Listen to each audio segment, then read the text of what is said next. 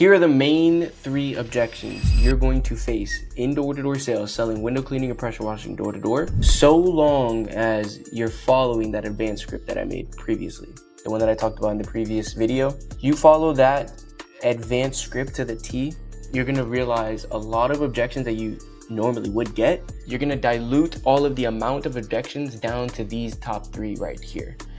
Which, starting with number 1, is going to be the spouse, right? So a wife having to talk to the husband, or a husband having to talk to the wife. Then second, most prevalent, would be, I don't want to do it right now. So you sell them on the value, on the price, they just don't want to do it right now. Or they're just a bit hesitant, they want to think about it, right? They kind of go hand in hand. And then lastly would be just, I don't need it. This is one that if someone cannot see the value in it, no matter what you say, then you're not going to sell them.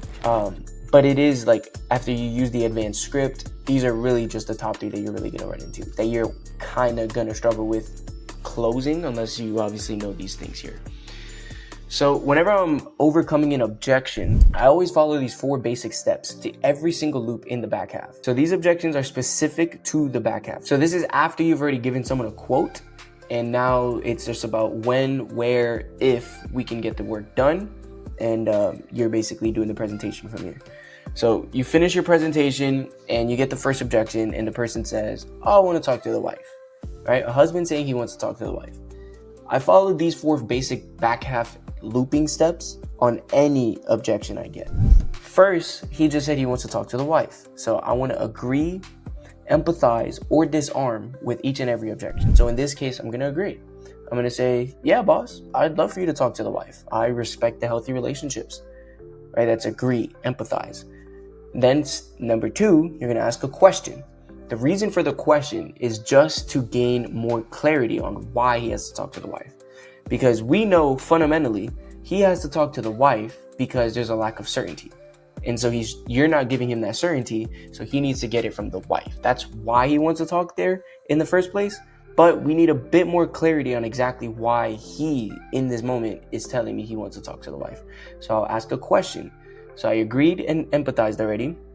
Now I'm going to ask the question and say, well, let me ask you, boss, when you do talk to the wife, is it more so like a price conversation or like a value conversation that's going to look like? And that's just to give myself more clarity, because now I know, okay, if he's going to talk to the wife, sure, that's fine.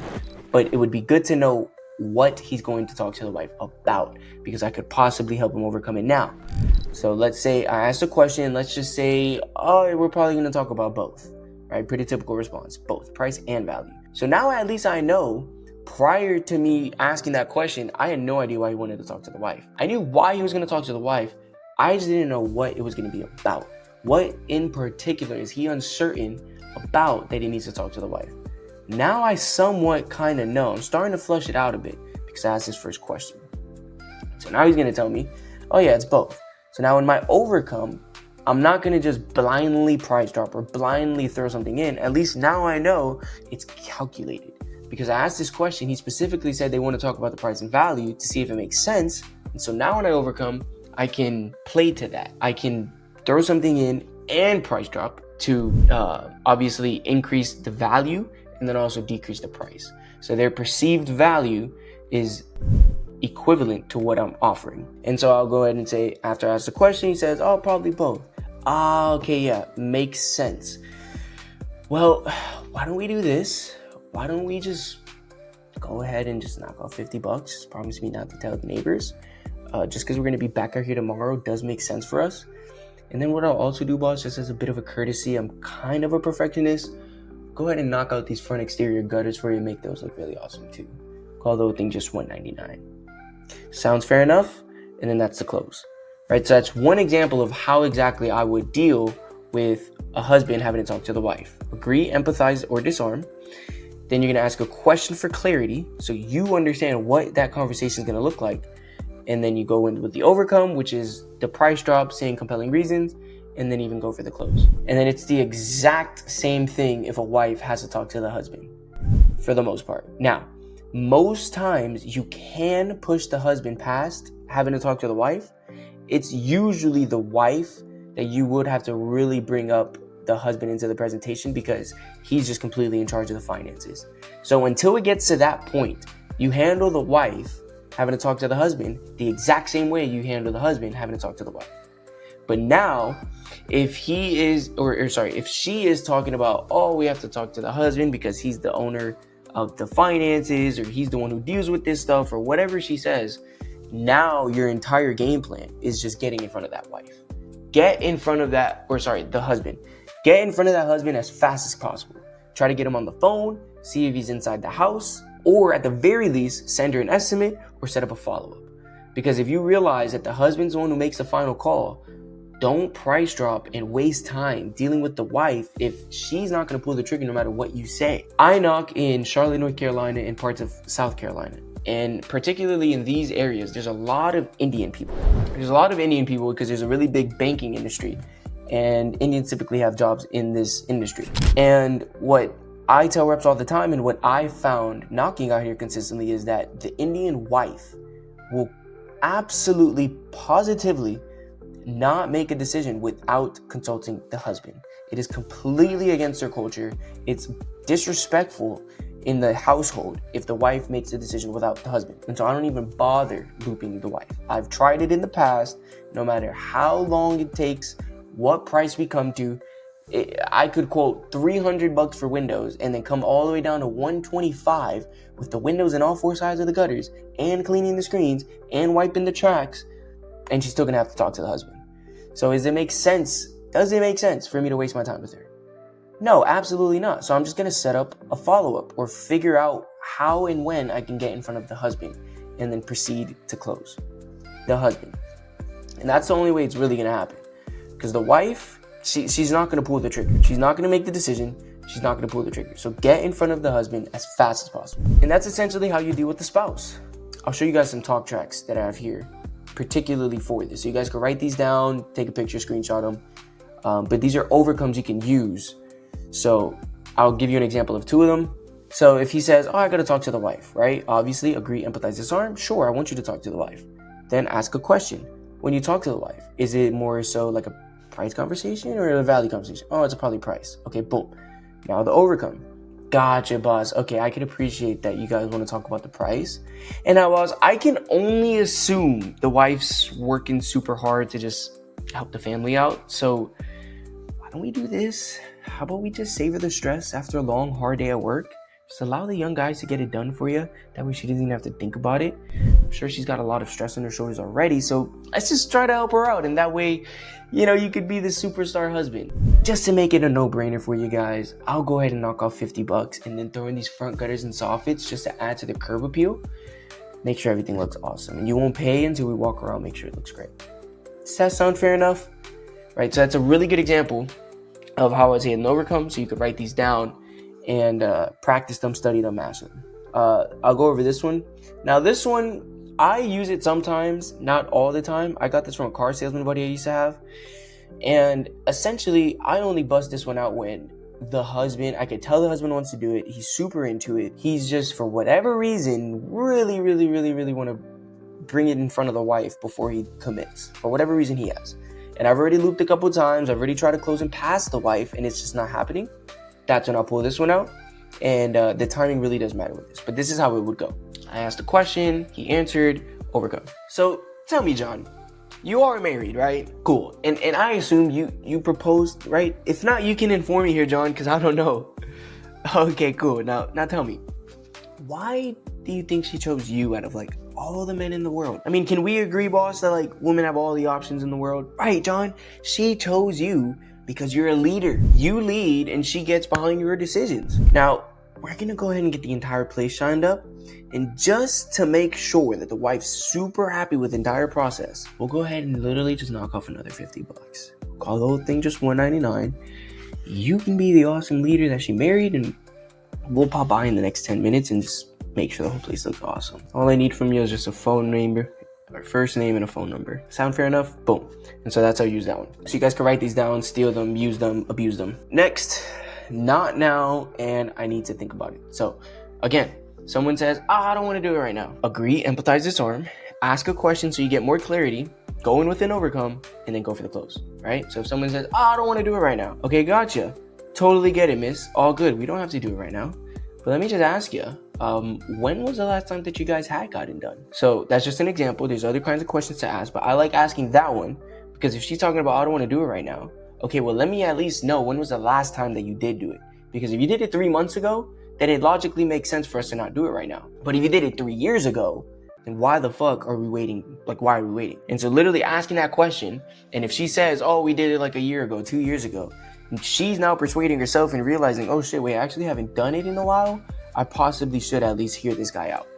So that's some question I like to ask there. Yeah, awesome, Miss. That's totally fair. We don't have to do it right now. But let me just ask you, just for my context, like, when was the last time you guys had gotten it done?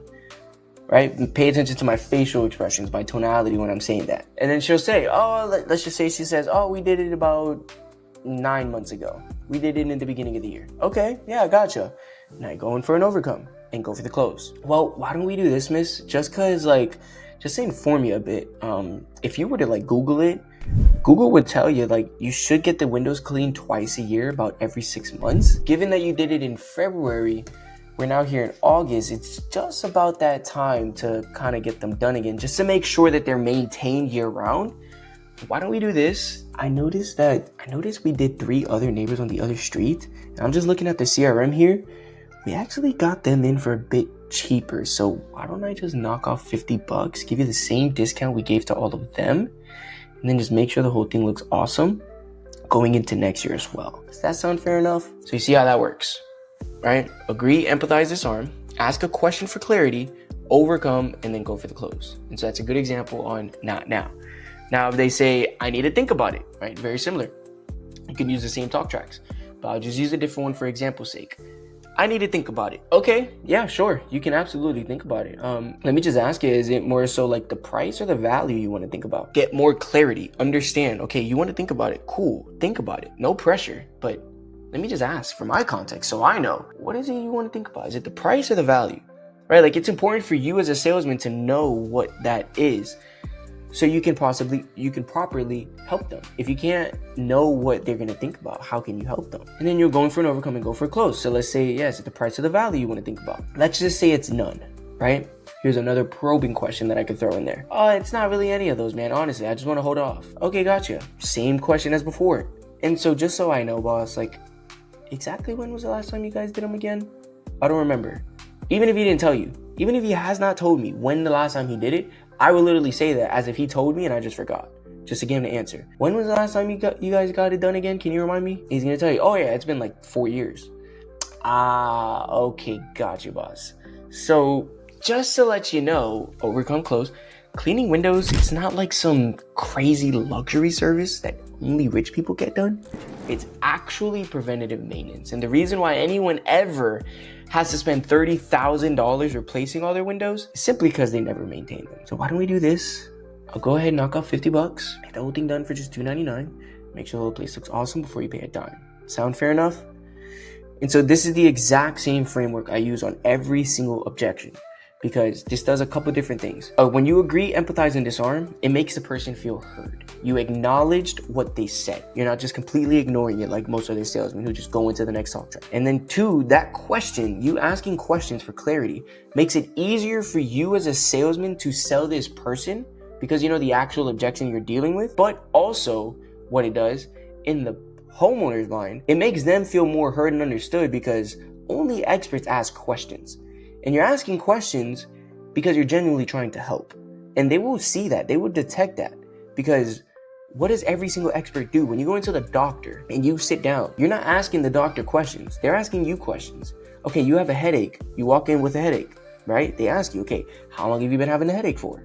How often does this happen? Do you know what time it started? How long have you been dealing with the headache? On a scale of 1 to 10, how bad is the pain? Right? They ask you a lot of questions because they need to understand your situation better to properly help you. And so when you do that in this situation, it has the same effect. They feel like they can trust you as the expert because you're asking them expert level questions so you can properly help them in their situation. Then when you go in for the overcome, you're logically dealing with whatever situation needs to get situated and building certainty in the prospect's mind. And then going for the close is simply guiding them to a decision, whether it's going to be yes or no. That's essentially it. Now, lastly, I'm gonna show you some talk tracks for these. So this is, oh, that was the wife, this is the husband. Just change it up a bit, take a screenshot. And then not right now, and I gotta think about it. Right, so this is a good question to ask. All good, miss. Is there like a reason in particular why now wouldn't be a good idea? Now, notice, I asked that question in that way for a reason. I drag it out, I purposefully stutter, I throw a pause in there, and I genuinely sound curious. It's not because I'm a retard. I don't talk like this. But you have to sound genuinely curious for them to want to answer the question. If I say, all good, miss, what's the reason you want to wait? She's not going to answer. It's just way too much pressure. It's like, dude, back up, back the hell up. I don't want to talk to you. It just gives a weird vibe. Versus if you're like, yeah, all good, miss, you can definitely wait. But is there like a reason in particular why now wouldn't be a good idea? And that really sells the curious tone. And they're going to answer it 10 times out of 10. And yeah, and then here's another talk track I like to use. So ask the question, she answers the question. Yeah, awesome, miss, that makes sense. Well, in my experience, I found that more time never really results in a better decision. Usually more information does. So is there anything I need to let you know just to help you make the right decision now? It's another good question. And then they'll tell you, no, man, I think I'll get everything clear. I just want to hold off, right? And then you deal with it accordingly. Or they'll answer the question. They'll say, yeah, how do you guys get like the top story stuff? Or do you guys use ladders? Or are you licensed and insured? Or whatever. But they will literally tell you how to sell them. You answer their question and then boom, you got a deal. That's how I like to deal with it. And lastly, we have the infamous, I don't need it. Now, if someone's sitting here saying, I don't need the service, and you're showing them dirty windows, it's already going to be a hard sale because they're obviously pretty much opposed to the idea.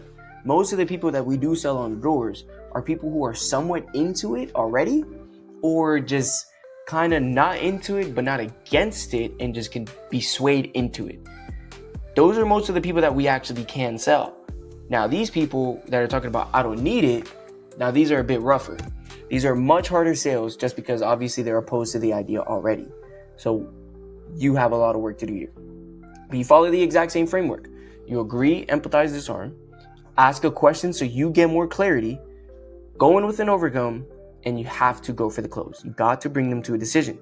So if someone says, I don't need it.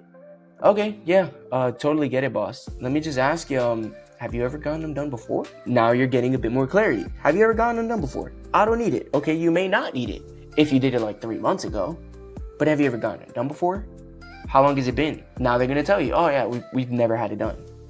Oh, okay, gotcha. Now the overcome, just to let you know, boss, cleaning windows, it's not like a crazy luxury service that only rich people get done just to make it look nice. Nah, it's actually preventative maintenance. The reason anyone ever has to spend $30,000 replacing all the windows, it's just because they never maintain them. That's the overcome. Then you go for the close.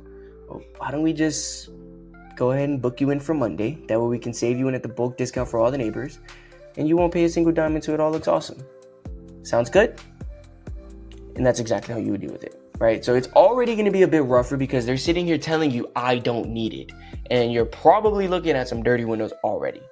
But again, they could be saying it because they just genuinely don't know the reason to get the service done. They don't understand why it's a thing.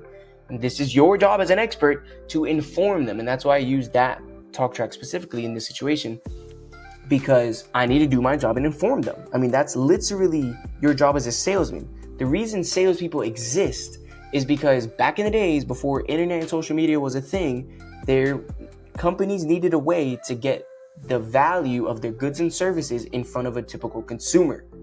And so obviously the business owner couldn't do that himself, so they hired salespeople to go and sell the services and the goods and explain to people why their services and goods were beneficial, right? That's why our entire fucking job exists in the first place. And so if you go to these people and you're not doing this thing, you're not going to sell, right? It's just a really good time to be informative and show that you're an expert and why it needs to get done in the first place. And that's essentially how you deal with every single objection if you follow these frameworks.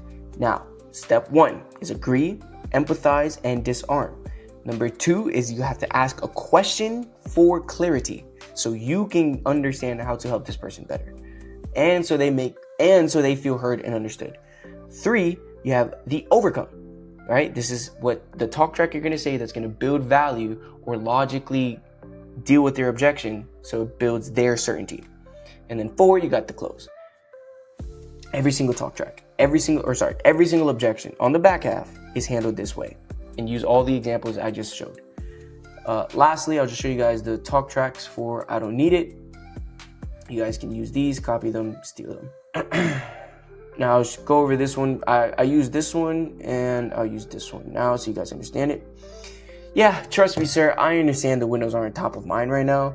I mean, honestly, nobody wakes up and says, I'm gonna get the windows done. You know what I mean? So trust me, I get it, but honestly, we'll have to address it at some point. And if you put it off till later, you'll just have to pay us or another company much more and be forced to cover the transportation fees and such. And so you kind of might as well get it done with a super smoking deal right in front of you.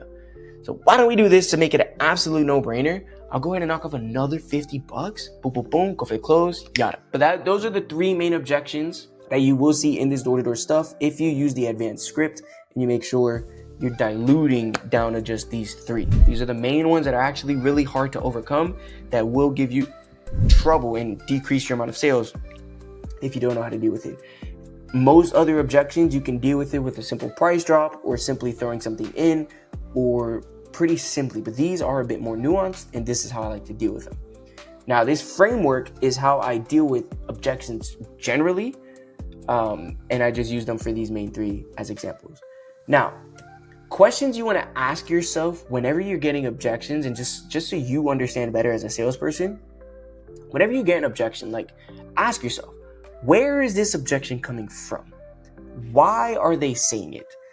Where did I not build enough certainty for them to give this objection? Or is this an actual objection, or is this a smokescreen? Okay, them telling me this objection, is it a valid one? Is it a genuine logistical reason as to why they can't get it done? Or they just think it's a reason and I just simply have to explain to them why it's not an actual reason that they can't get it done? Right? So ask yourself these questions so you understand the context of the situation that you're in. It's going to help you deal with them much better. Also, probing questions.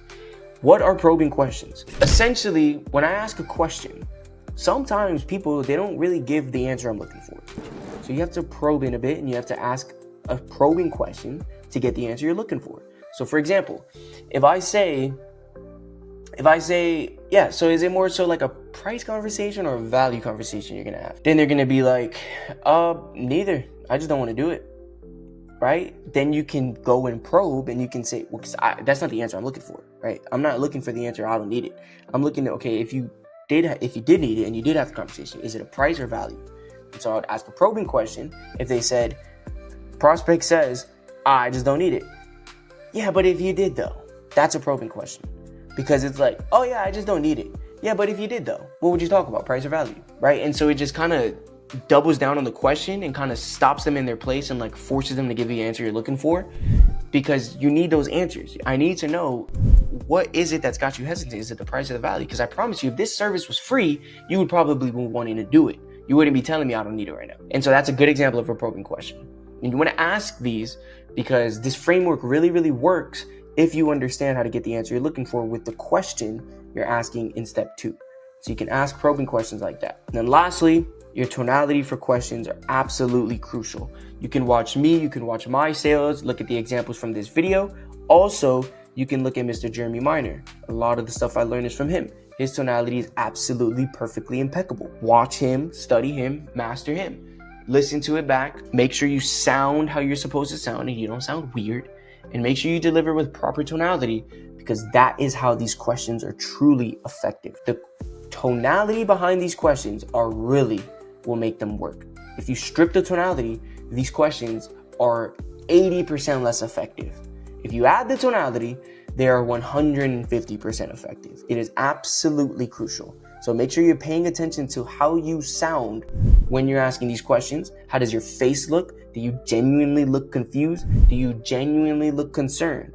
Or are you just barely squinting and you look kind of weird and you think you look concerned? No, you have to know these things. So pay attention to the tonality and the facial expressions every single time you ask a question, because at the end of the day, we are salesmen, yes, but the greatest salesmen are also the greatest actors. So you have to act all of this out. These are the three main objections that you will see in door-to-door selling window cleaning and pressure washing.